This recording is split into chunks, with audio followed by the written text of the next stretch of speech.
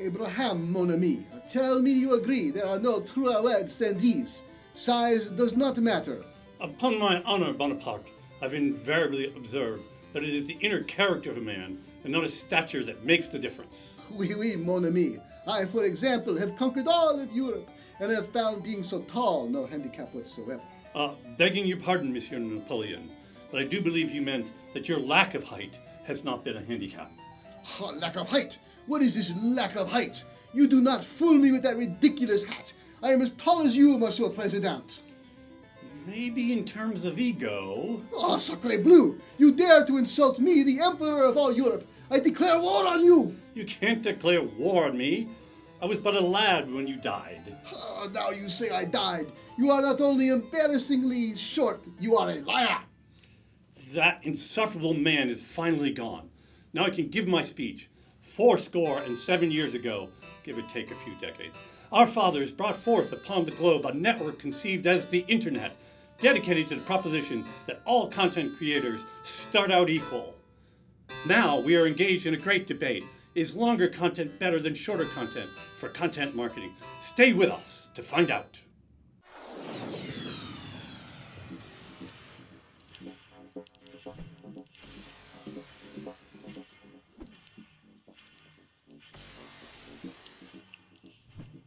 One of the recurring debates in content marketing and SEO is whether long-form or short-form content performs better.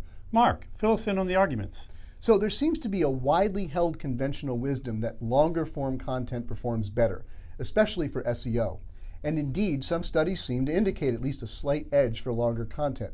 Now, for example, the joint Moz and BuzzSumo study of content that gets both links and shares found some rise in correlation of those two when text length went over 1,000 words. But the correlation is relatively weak and actually starts to drop again past 2,000 words. That study found a much stronger correlation for the sweet spot of gaining both shares and links for certain types of content, such as opinion-forming journalism and data-backed research studies. And there are also many examples of sites that kill with shorter content, such as IFL Science, whose highly focused brief videos and other short content routinely get hundreds of thousands of shares. So it seems that content length should not be your first consideration if you're going to go after content that makes a difference. So what does matter for content then? Well, I know many of our viewers are cringing right now. Because of your hipster glasses? No, everyone knows these are cool. Ah. Some of our viewers are cringing because they think I'm about to say, create quality content. Well, thank goodness you weren't going to say that. No, I am saying you must have quality content. But I understand why many marketers roll their eyes when they hear that. Now, our friend Ron L. Smith probably expressed the reasons best. He says the whole concept of what constitutes so-called great content is an unclear goal that varies by the beholder, and at best is part of a very large pie.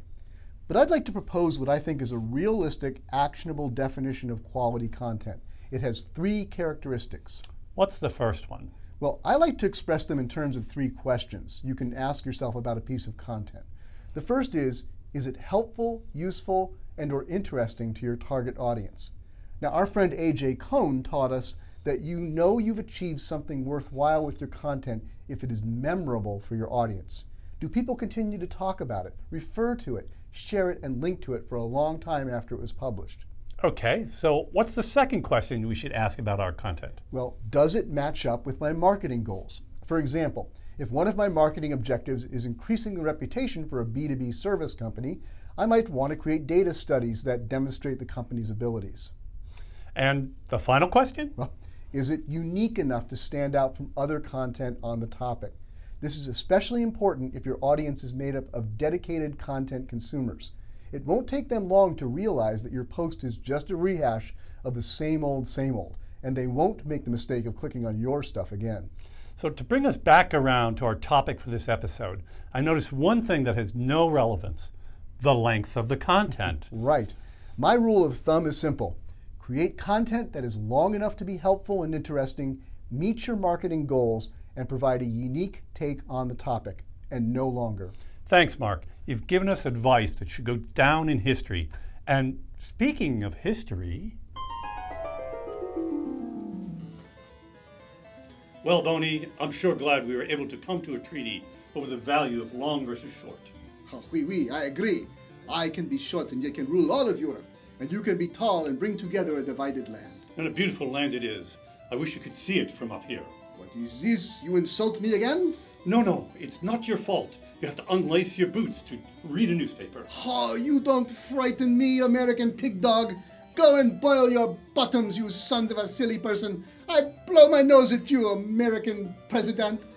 I don't want to talk to you no more, you empty-headed animal food trough wiper. Your mother was a hamster, and your father smelled of elderberries. Heavens, that man gives me a headache. I need to relax. I know. A night at theater would be just the thing.